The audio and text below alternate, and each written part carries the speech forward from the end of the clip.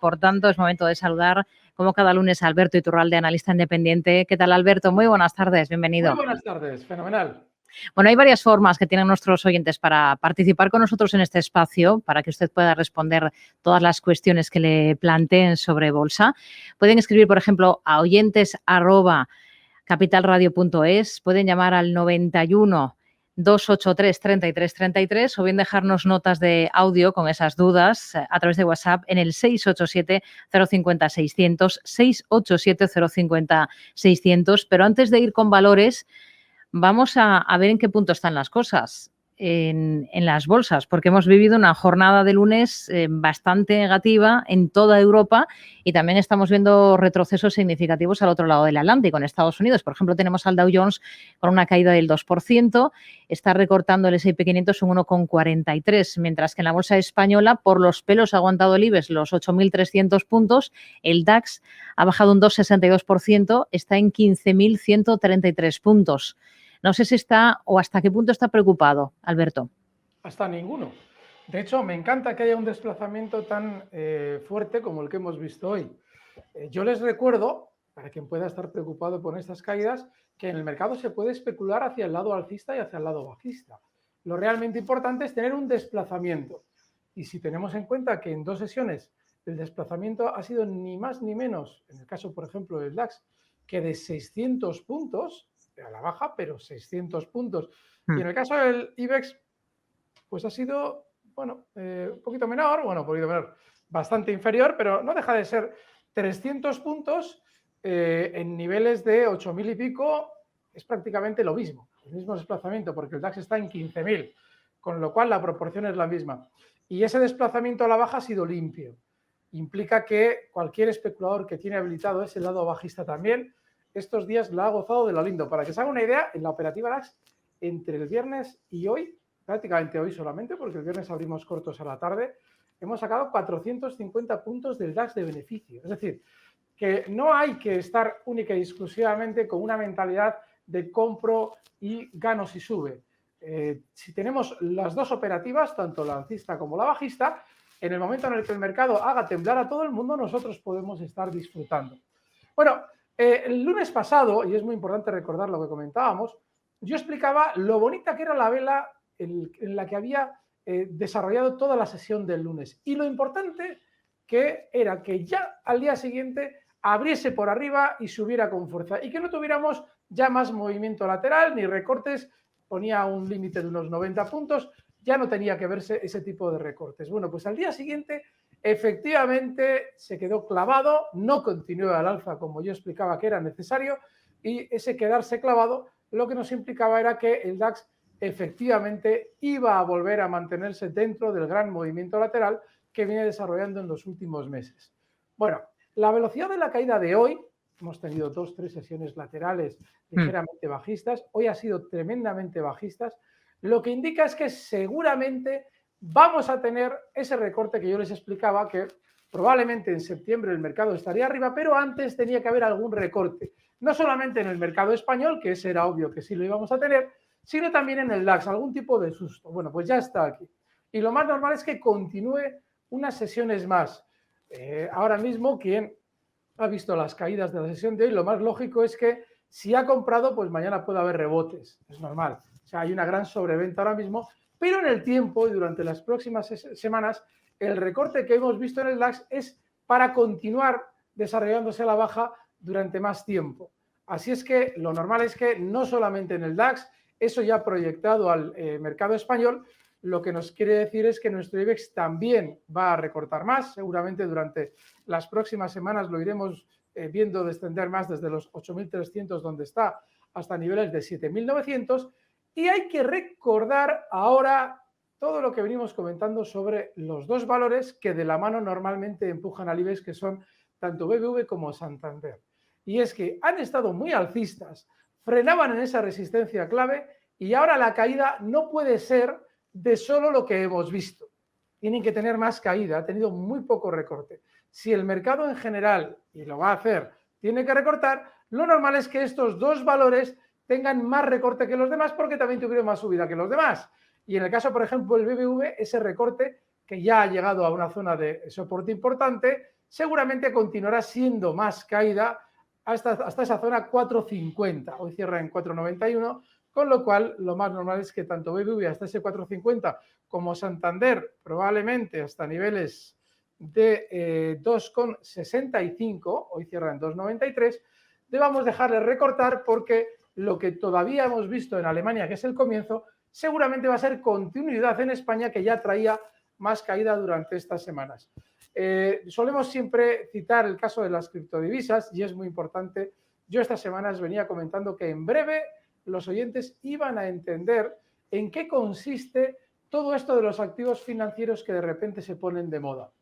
Si alguien que está especulando en criptoactivos, por ejemplo en el Bitcoin, quiere verlo subir, primero deben salir todos los pequeños especuladores que han ido entrando durante el último año al calor de una subida que fue desde $4.900 hasta 65.000. Si ahora mismo en el Bitcoin hay muchos pequeños inversores comprados, el Bitcoin no puede subir. Tienen que vendérselo todo a los pillos que lo han hecho subir en su momento y que ahora, una vez que lo han vendido todo entre 50.000 y 65.000, están interesados en hacerlo caer para recomprar más abajo todos esos criptoactivos a quienes ahora son los tenedores de Bitcoin, de Ethereum y todo eso. Y eso, por lo que pinta en el gráfico, solo se puede conseguir si todavía cae más. Recuerden, de repente, personas que no habían nunca dedicado su vida al tema financiero se convertían en grandes expertos financieros y nos explicaban cuáles iban a ser las monedas del futuro, la reserva del valor del futuro, todo esto que nos han estado explicando tan puntualmente durante el último año. Bien, pues todos esos ahora tienen que salir corriendo del Bitcoin para que el Bitcoin pueda subir. Y como no solamente no están saliendo por patas, literalmente, de estos criptoactivos, sino que esperan que llegue a 100.000 algún día, van a ver ustedes cómo se las juega el sistema financiero con quienes están comprados en un activo que ese mismo sistema financiero quiere recuperar, es decir, del que quiere desalojar a todas las personas que están compradas, en este caso en el Bitcoin. Lo van a ver durante los próximos días. Ya hace un par de semanas que vengo diciendo que en breve se va a resolver. Hoy ya está marcando y ya ha tenido un cierre durante estos días muy por debajo de donde lo había hecho en los últimos meses. Veremos qué es lo que pasa. 30.808 ahora mismo el Bitcoin. Es un momento para hablar de cortos. Hay un oyente que nos escribe diciendo que el viernes abrió cortos en el Santander y también en Bankinter con vistas a lo que queda del mes de julio, a la segunda quincena, y quiere saber qué le parece. Bien, lo que pasa es que cuando se introduce el espacio temporal, es decir, con miras a la segunda quincena. Mira, en una sesión como la de hoy, en la que hemos tenido una caída a nivel global tremendamente vertical, muy fuerte, una caída fuerte, no te debe extrañar que todos los precios puedan tener un rebote puntual. Yo, por ejemplo, antes, a media tarde, he cerrado los cortos en la operativa DAX, los he vuelto a dejar abiertos a cierre de sesión, pero a mí no me extrañaría que mañana, martes, todavía tengamos algo más de rebote por la gran sobreventa. Eso significa que tú no te puedes fijar un horizonte temporal de aquí a finales de julio, porque no sabemos si durante las sesiones que vienen puede tener algún rebote los dos grandes bancos y luego quizás, una vez que termina julio y empieza agosto, tener cierto recorte más importante. En la bolsa es muy importante nunca fijarse espacio temporal límite, siempre tramos. Es decir, tú abres una operación bajista, por ejemplo, en el caso del BBV, que está en 4,91, lo abres con un objetivo bajista en 4,50 y un stop claro, además muy, muy claro, en el nivel 5,15. Y puede tardar lo que quiera. ¿Por qué? Porque si tú te has impuesto ese espacio temporal y tiene su importancia, porque, hombre, en el caso de las acciones no, porque el vencimiento de las acciones será en septiembre, de los futuros y opciones. Pero sí que en vencimientos mensuales como el del IBEX, el fijarte una estrategia de aquí a final de puede significar que tú estés especulando con un producto referenciado a tiempo, es decir, con opciones, o incluso el futuro, que solamente tiene un mes de vida. Y eso en realidad es incrementar la dificultad en una especulación que ya es muy difícil innecesariamente. Luego yo el tramo que buscaría a la baja es 4,50 en el caso del BBV, independientemente de si termina julio por encima o por debajo. Vamos a escuchar esta nota de audio que nos ha dejado uno de nuestros oyentes. Buenas tardes, Iturralde. Soy Enrique, de Madrid. Te quería preguntar, primero, me parece un poco extraño la sensación de noticias negativas sobre que la bolsa debe caer un 20%, que ha salido en algún medio americano. Un poco extraño, ¿no?, de que lo suelten. Yo creo que, posiblemente porque el mercado debiera subir. Y luego, estoy esperando ponerme alcista en índices. ¿Cómo ves, por ejemplo, ponerte alcista ahora en el S&P 500, en estos entornos, con qué stop? Y luego también, pues por especular un poco con el IBEX, si cayera en torno a 8.000. Gracias. Bueno, Mira, no, ha dicho algo súper interesante. Habla de algo que yo llevo comentando durante los últimos meses. Todo el mundo está hablando efectivamente de la inflación, pero está transmitiendo a la bolsa una actitud que es propia de Warren Buffett, un señor que se puede tranquilamente plantar en un punto y decir yo ya no compro hasta que esto caiga, y estar, como hizo durante la crisis de las .com, totalmente o casi totalmente fuera del mercado durante un año, viendo la vida pasar y todo el mundo criticándole porque él está fuera mientras el mercado sube. Porque ese es el problema, que especuladores de corto plazo están escuchando mensajes de personas que, como escuchan a Warren Buffett y no tienen experiencia en la bolsa, trasladan al hoy lo que puede ser durante el próximo año. Es decir, que durante el próximo año puede la bolsa, llegado el caso, subir, todo el mundo fuera porque le han oído a Warren Buffett decir que esto tiene que caer, luego ya lo del 20% lo ha dicho otro, y luego viene otro gran gestor y dice lo mismo, y luego el otro de más allá dice lo mismo, pero oiga, ustedes, salvo que sean grandes gestores y se puedan plantear estar en el mercado 6 meses mirando, pues yo no les sugiero que tengan demasiado en cuenta ese planteamiento, como se deduce de nuestro oyente. Claro que el S&P 500 puede caer y claro que lo podemos esperar abajo, pero yo les sugiero que vayan un poquito, como decía el otro, partido a partido o sesión a sesión, porque, bueno, sí, puede el mercado tener una caída muy gorda, pero lo más probable es que, siguiendo el planteamiento de nuestro oyente, es que antes de tener una caída muy gorda, antes deje fuera de combate a todos esos fans del señor Buffett. Yo también admiro mucho al señor Buffett, pero sé cómo especular y cómo especulo yo, con lo cual tengo en cuenta lo que dice hasta cierto punto. Pero todos estos fans que no están acostumbrados a la bolsa y que escuchan decir eso a Buffett y ya van detrás, todos de cabeza, a esos les tiene que convencer el mercado de que están equivocados. ¿Y eso cómo lo hace el mercado? Volviendo a tener un movimiento alcista. Ahora normal es que tengamos caídas, es lógico que las tengamos, tiene que sacar a todo el mundo. Pero recuerden que en septiembre hay unas elecciones en Alemania y normalmente cuando un país dentro de los grandes tiene que resolver unas elecciones, el mercado espera a ese proceso arriba.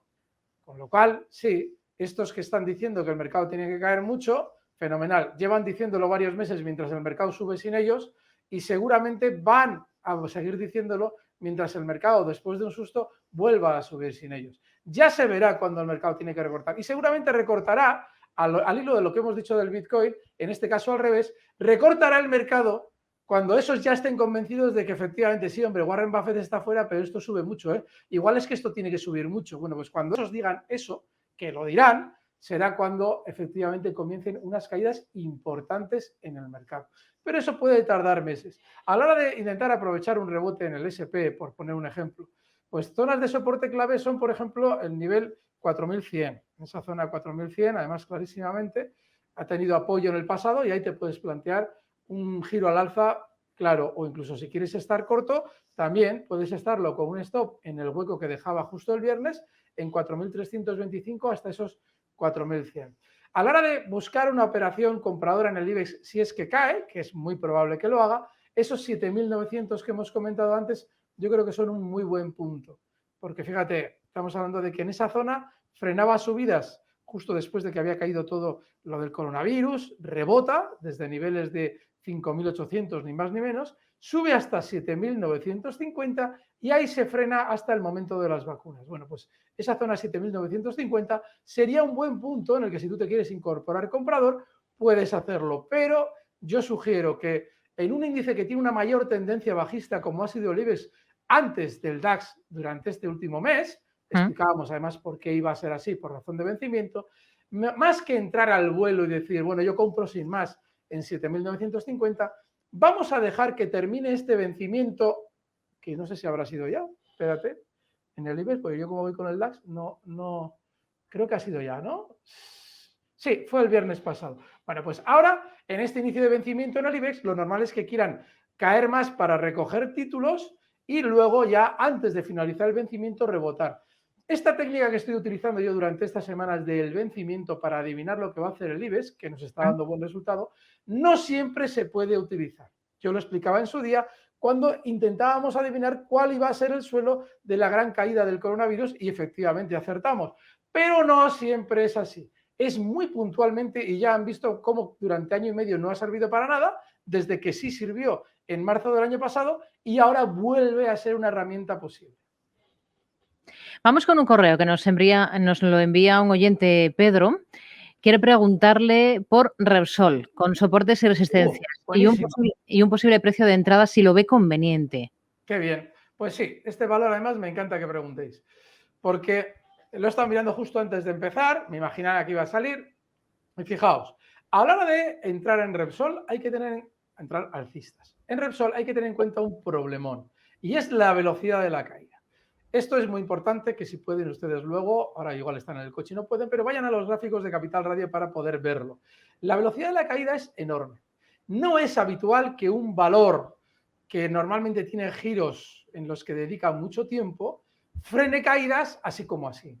Con lo cual, ahora entrar compradores puede servir para un cierto rebote, pero seguramente en el tiempo para más continuidad bajista, con lo cual yo no entraría a comprarlo. Y en este tipo de movimientos, lo importante es buscar un soporte muy importante, si es que lo hay. Y en el gráfico de Repsol lo hay. Si vamos muy al pasado, hasta el año 2000, veremos que Repsol traía una tendencia alcista impecable hasta que en ese mismo año 2000 y en el nivel 7,95-8 frena la subida de forma súper contundente. Y no solamente lo hizo en aquel momento. Posteriormente, cada vez que se colocaba por encima y quería buscar un soporte, lo hacía justo en esa zona 8. Lo voy a dibujar en el gráfico para que se vea. Ese 8 es muy importante para quien manipula Repsol. Luego, ese 8 que ahora ya parece haber quedado un poquito difuminado en los últimos años, muy probablemente va a servirle a quien manipula Repsol para frenar las caídas si lo quiere hacer, que seguramente sí lo va a hacer. Porque ese 8 ya casi está olvidado en el tiempo. Las últimas veces que ha tenido que frenar caídas Repsol y subidas, ha como borrado ese nivel, no lo ha tenido especialmente en cuenta. Ha dejado otros niveles muy importantes, pero ese 8 parece haberse olvidado de él. Y ya verán cómo no se ha olvidado realmente de él. Lo va a volver a utilizar. Y es el punto preciso en el que hay que buscar compras en Repsol. Justo por debajo de 8, 7,95 concretamente. Ese nivel, si llega, ya verán cómo va a servir de soporte y una compra ahí va a ser muy buena. Yo lo voy a estar vigilando porque le pillamos una subida brutal a Repsol, un movimiento alcista enorme, y a ver si podemos pillarle otro bajista, que yo creo que sí.